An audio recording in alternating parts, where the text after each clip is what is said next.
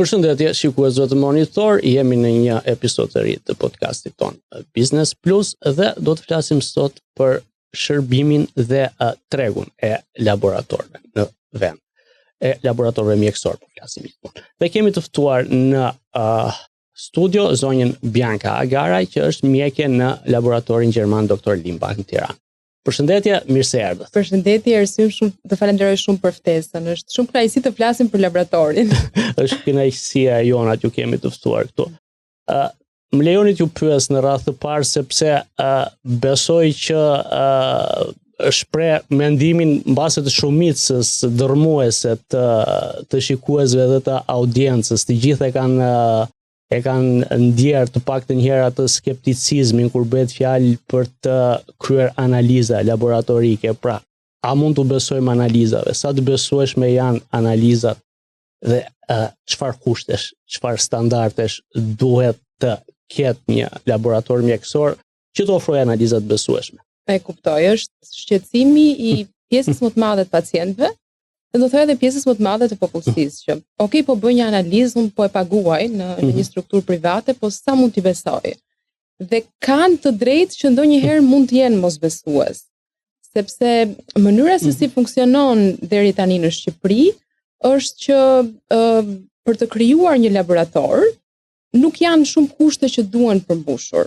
Po flasim nga ana operacionale, nga ana e strukturës së laboratorit, të tipit që një laborator të funksionojë dhe të jetë si gjithë laboratorët në gjithë vendet e tjera të Europës, duhet të ketë disa kushte standarde të tipit marrja e mostrës të jetë totalisht e veçuar nga pjesa tjetër e analizimit. Që një analizë që pacienti të ketë në fund të ditës një flet analize në dorë, ka shumë procese që kryhen brenda në laborator, që janë pas kuintave, që pacienti nuk i di dhe shpesh herë dhe profesionistë të tjerë të shëndetësisë, mjek klinicist nuk i din të gjitha këto procese. Kjo ka shumë rëndësi. Niset që nga marrja e mostrës, kushtet preanalitike dhe analizimi. Dhe në procesin e analizimit janë esenciale procedurat e brendshme të kontrollit të kualitetit, që jo të gjithë i respektojnë dhe jo të gjithë i kryejnë. Në parim, që një test apo një analizë thjesht si vitamina D, në momentin që futet për të analizuar, ka procedurat e kalibrimit, por ka dhe procedurat e kontrollit. Që kjo do të thotë, ky parametër matet, vlerësohet dhe kontrollohet. Nëse arrin atë targetin e kontrollit të krijuar nga kompania prodhuese e këtij reagenti, atëherë ne mund të themi që po, ky test është valid. Por nuk mbaron vetëm këtu.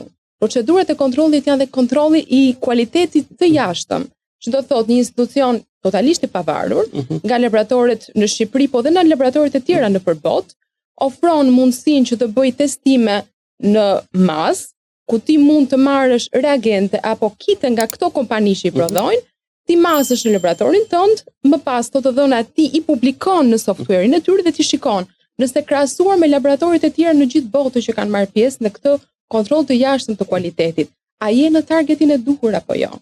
Tani, problemi është kur laboratorit nuk i kryejnë këto procedura. Këtu qëndron problemi, sepse ti nuk je i sigurt për këtë analizë që ti po jep në fund të ditës dhe nuk je i sigurt për kualitetin që ofrohet në këtë rast. Kështu që nëse këto procedura nuk kryhen, atëherë ne nuk mund të flasim për një test të besueshëm. Dhe ndjenin tuaj, përgjithsisht kryen apo nuk kryen këto lloj procedurash në tregun shqiptar? Unë mund të flas për laboratorin ku unë punoj. Në laboratorin Dr. Limbach ne kemi implementuar të njëjtin standard dhe protokoll që laboratori ynë qëndron në Heidelberg ka themeluar. Ne kemi çdo ditë proceset e kontrollit të kualitetit të brendshëm dhe ne kontrollohemi apo auditohemi nga një strukturë e pavarur, kryesisht është në Gjermani, e kontrollit të jashtëm dhe ne këtë gjë e bëjmë 4 herë në vit.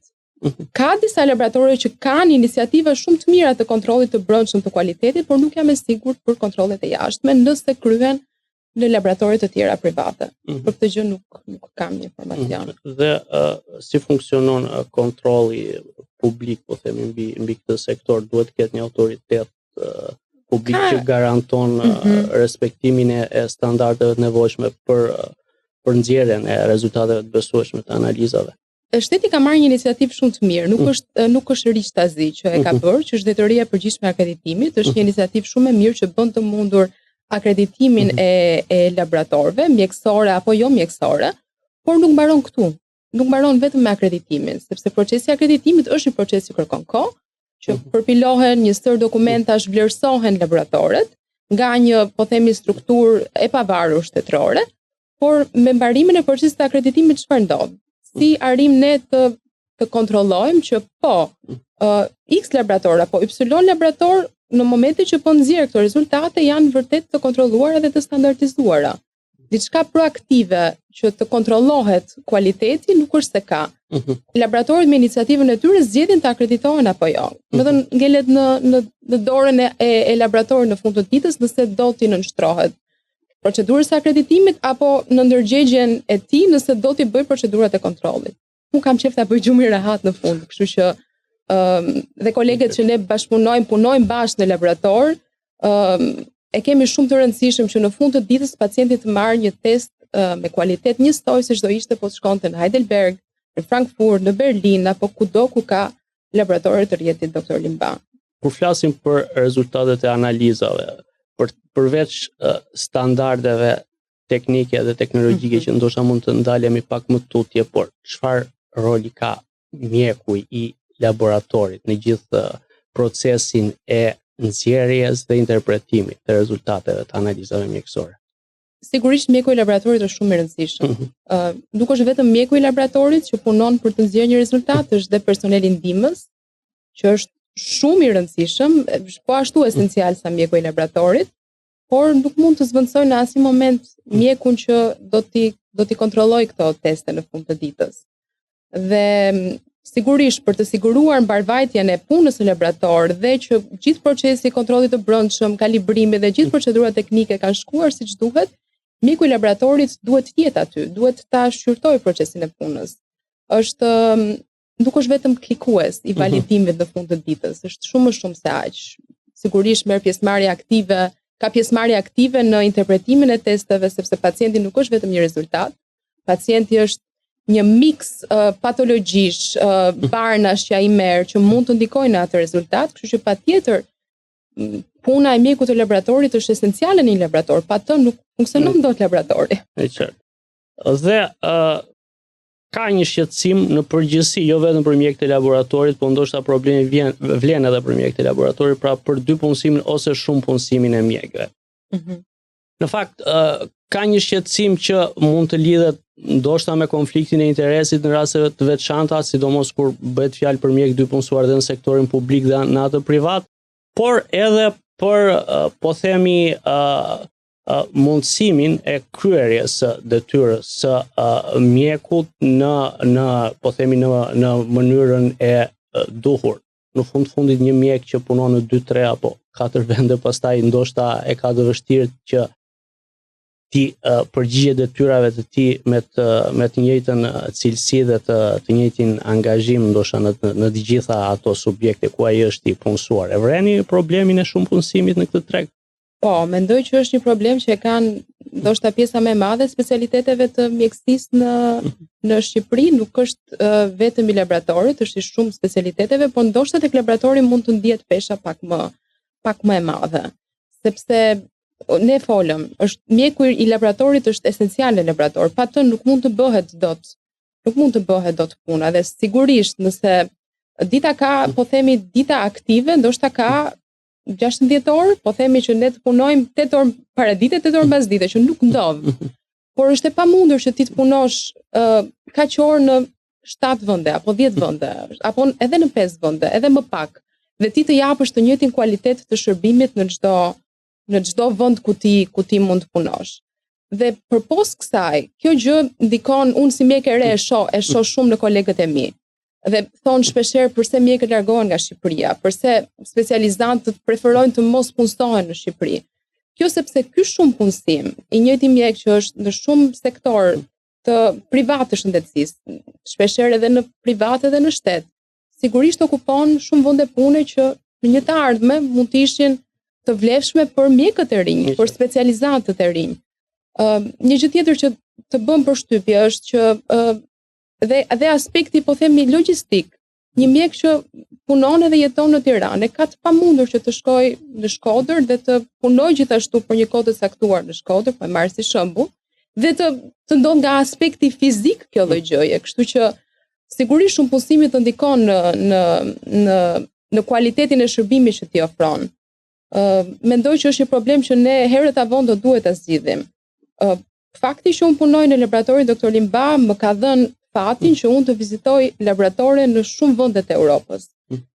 Shpeshherë më është dashur dhe të punoj në disa prej tyre. Duke krahasuar me vendet e Europës, po themi lindore ose Evropës qendrore, mos ta krahasoj me Gjermaninë. Ky fenomen nuk është frekuent kaq i theksuar sa që është në Shqipëri. Unë e krahasoj me një vend si Gjeorgjia. Kanë bërë përmirësime shumë të mëdha në shëndetësi dhe atje nuk e gjen këtë lloj fenomeni që një mjek laboratori të jetë në 10 vende njëkohësisht. Kështu që mendoj që duhet marrim një shembull nga vende që kanë bërë përparime në këtë lloj aspekti. Nëse flasim për pjesën tjetër, pastaj për teknologjinë dhe teknikat laboratorike, ku ndodhet sot tregu shqiptar në raport me standardet më të përparuara? Tregu shqiptar ka bërë përparime, nuk mund të them që në tregu shqiptar, jo vetëm në laboratorin ku punoj, por dhe në laboratorë të tjerë, ka goxha përparime të teknologjisë. Nuk mund të themi që tani në Shqipëri ne jemi si ndoshta 10 vite më parë. Ka evoluar tregu i teknologjisë në mjekësinë laboratorike. Mendoj që problemi që lidhet me teknologjinë është që ne nuk kemi disa protokolle ku ne të bazohemi. Do me thënë një konsensus që të gjithë mjekët të bijem që po themi për X test, për X patologji nevojiten këto teste dhe këto teste nevojiten me këtë teknologji. Që të kemi të gjithë të njëjtin standard. Në laboratorin Dr. Limba, të thash, ne kemi uazuar të gjithë politikat dhe standardet e kolegëve tanë në Gjermani. Dhe po themi nëse për një test në Gjermani të përdoret kjo metodë, në Shqipëri ti ke testin e shpejt, ke një metodë shumë të vjetër, ke dhe teknologjinë e avancuar që ne po themi po e përdorim në laboratorin tonë. Nuk ka një ndarje të themi që ky test i shpejt është më pak sensitiv dhe specifik se sa ky i automatizuar. Nuk ka një protokoll të qartë. Nuk ka një protokoll të qartë dhe sigurisht kjo e bën punën tonë më sfiduese. Jo vetëm tek Dr. Limba, po dhe në laboratorit e tjerë që përdorin teknologji shumë të avancuar. Kështu që mendoj që kjo ta vështirëson punën kur ti po sjell një test që në çdo traktat apo guideline botror është ky test me këtë metodë dhe po themi kundërshtari apo konkurrenti jot është duke përdorur një test të shpejtë që në fakt sensitiviteti dhe specificiteti nuk e ka aq të lartë se sa ai test që ti po performon.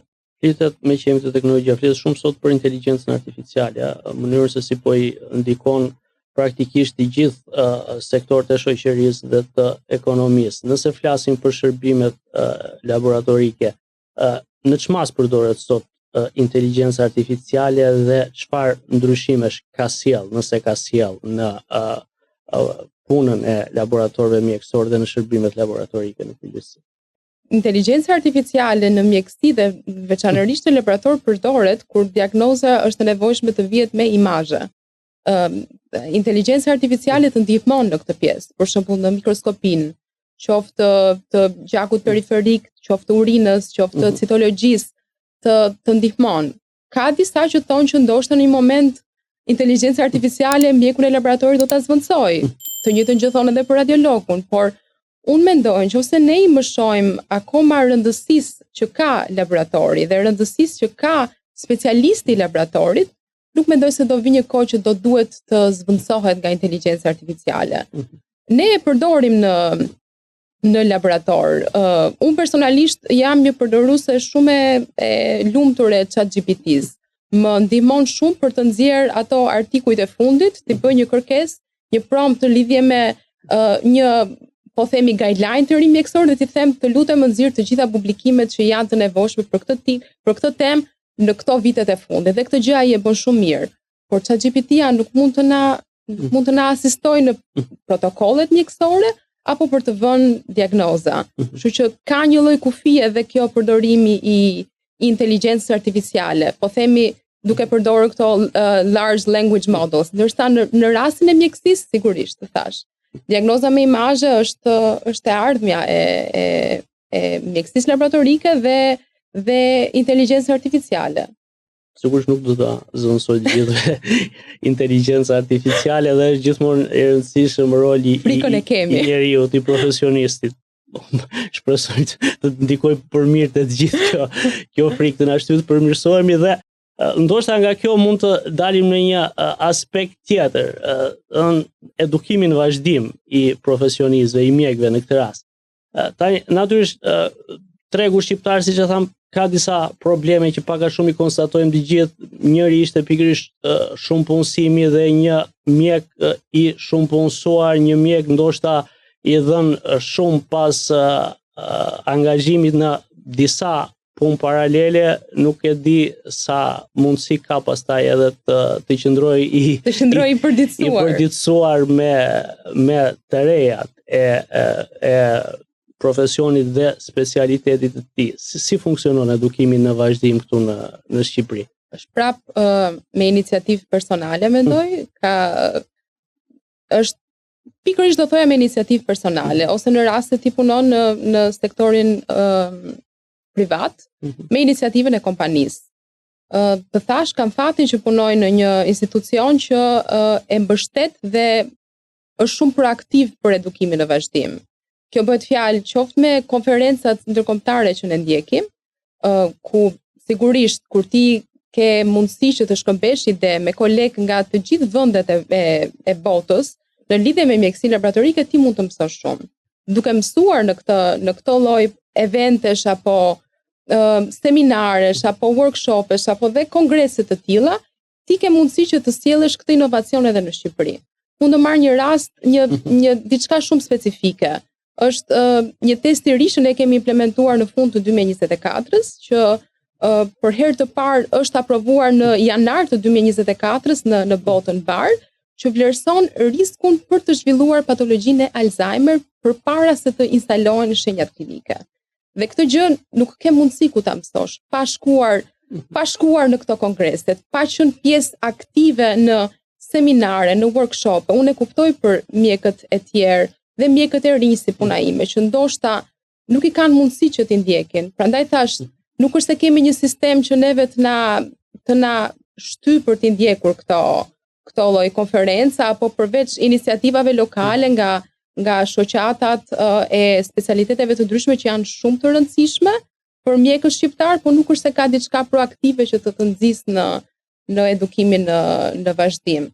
Nëse ne nuk i ndjekim këto konferencat e huaja, atëherë nuk do të kishim mundësinë që ne të sillnim këtë lloj inovacioni në Shqipëri, që është testi që nëpërmjet gjakut, jo invaziv, jo aq i kushtueshëm sa mund të jetë PET skani, ti të diagnostikosh Alzheimerin përpara se të instalohen po themi shenjat klinike, që është një gjë shumë e madhe.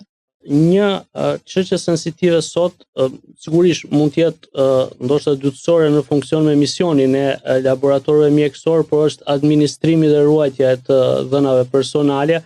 Madje me sa di unë edhe laboratorët mjekësor her pas here janë bërë subjekti kontrolleve nga komisioneri për mbrojtjen e të dhënave personale.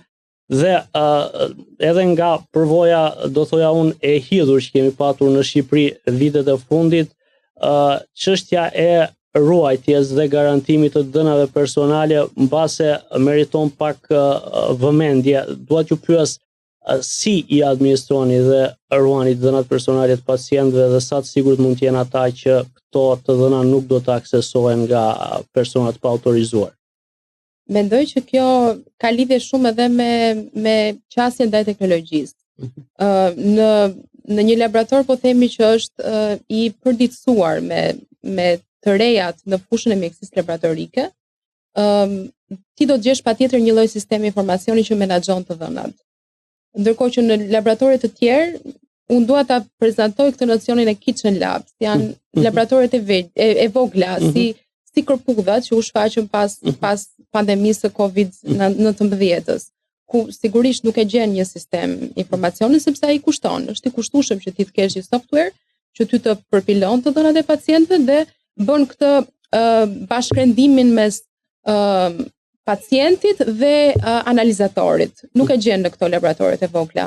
Dhe sigurisht përdoren metodat manuale të përpunimit të dhënave, hedhja e rezultateve në dokumenta në Word apo në dokumenta të tjerë të ndryshëm që në çfarëdo lloj momenti, nëse këto po themi të dhëna pacientësh nuk janë të ruajtura dhe të enkriptuara brenda një sistemi informatik ku ky informacion ruhet në një server të posaçëm, sigurisht është shumë e lehtë rrjedhja e informacionit. Një hap që do të ishte pikërisht përdorimi i sistemeve informatike, është e para të lehtëson punën, sepse nga hyrja e pacientit ti krijohet një barkod unik, që është me emrin, ditëlindjen, mbiemrin e tij dhe çfarë parametrash ai kërkon të testojë, dhe ky barkod unik gjitet në mostrën e pacientit pasi merret gjaku dhe i tillë shkon derisa përfundon analizimi dhe ruhet mostra në kushte frigoriferike. Dhe pacienti identifikohet vetëm me këtë kodin unik. Nuk ka një mënyrë tjetër, po themi, të daljes së informacionit kur është me këtë kodin unik të identifikimit. Pra kjo garanton konfidencialitetin. Konfidencialiteti, sigurisht. Dhe në rastin e pacientëve minoren është gjithmonë duhet bërë nën supervizimin e prindërve. Nuk mund të testojmë pacient minoren pa autorizimin e prindërve, kështu që janë disa hapa që duhen ndërmarrë për të ruajtur të dhënat e pacientëve. Sigurisht janë gjëra që kanë kosto, por në fund të ditës janë ato faktorët që ne bëjmë gjumin rehat në fund. Kjo është ajo që doja të thoja. Dhe janë pjesë e rëndësishme e besueshmërisë dhe kualitetit që ti ofron në fund të ditës, sepse në sistem ti ke akses në historikun e pacientit që nga herë e parë që ai ka ardhur në institucionin tënd. Kështu që ti mund ta shikosh evoluimin e parametrave që nga herë e parë deri në herën e fundit. Është një tjetër aspekt i rëndësishëm. Sa kushtojnë sistemet të tilla afërsisht apo? Kushtojnë. Varet se çfarë ti do të përfshish në sistem. Sistemi që ne kemi aktualisht në laborator bë të mundur dhe bashkëkredimi me sistemin e fiskalizimit. Kështu që në momentin që pacienti vjen, printohet automatikisht fatura dhe kjo faturë me kodin e saj, barkodin e saj unik, mund të shqyrtohet në çdo moment nga organet e tatimeve për të parë statusin e fiskalizimit. Kështu që ky lloj sistemi është më i kushtueshëm. Ne kemi të inkorporuar dhe inventarin, kemi të inkorporuar të gjithë procedurat e kontrollit të kualitetit, kështu që i tillë kushton, por ndoshta jo çdo laborator duhet ta ketë me të gjitha elementet, mund ta ketë me pjesën bazë të ruajtjes së menaxhimit të dhënave të pacientit. Me që dolim të fiskalizimi, informaliteti është problem, besoj ngjelet probleme madh në ekonomi, mbase vlerësimi i informalitetit ndonjëherë mund të bëhet kryesisht mbi bazë perceptimi, po në këndvështrimin tuaj sa ekziston ky problem në tregun e laboratorëve privat, në fund të ditës pastaj është edhe elementi i konkurrencës pa ndershme apo jo? Është shumë e vërtetë.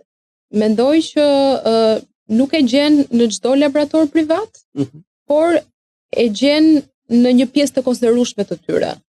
Dhe nuk po them vetëm laboratore, po them edhe klinika mjekësore, që ti nuk janë si klinika fantazëm, është një dhomë në një X kat të një pallati ku nuk lëshohet asnjë lloj fature, ti nuk e di me kë po e bën këtë konsultë përballë, a është apo është mjek apo jo, dhe po bëhen teste apo ekzaminime që janë shumë të kushtueshme edhe laboratorike, dhe ti nuk e di nëse personi që ke përballë është eksperti i duhur dhe nuk të lëshohet asnjë lloj fature në fund. Kështu që kjo sigurisht nuk është okay, por që është diçka që i takon shtetit në fundit që të jetë më proaktiv në kontroll.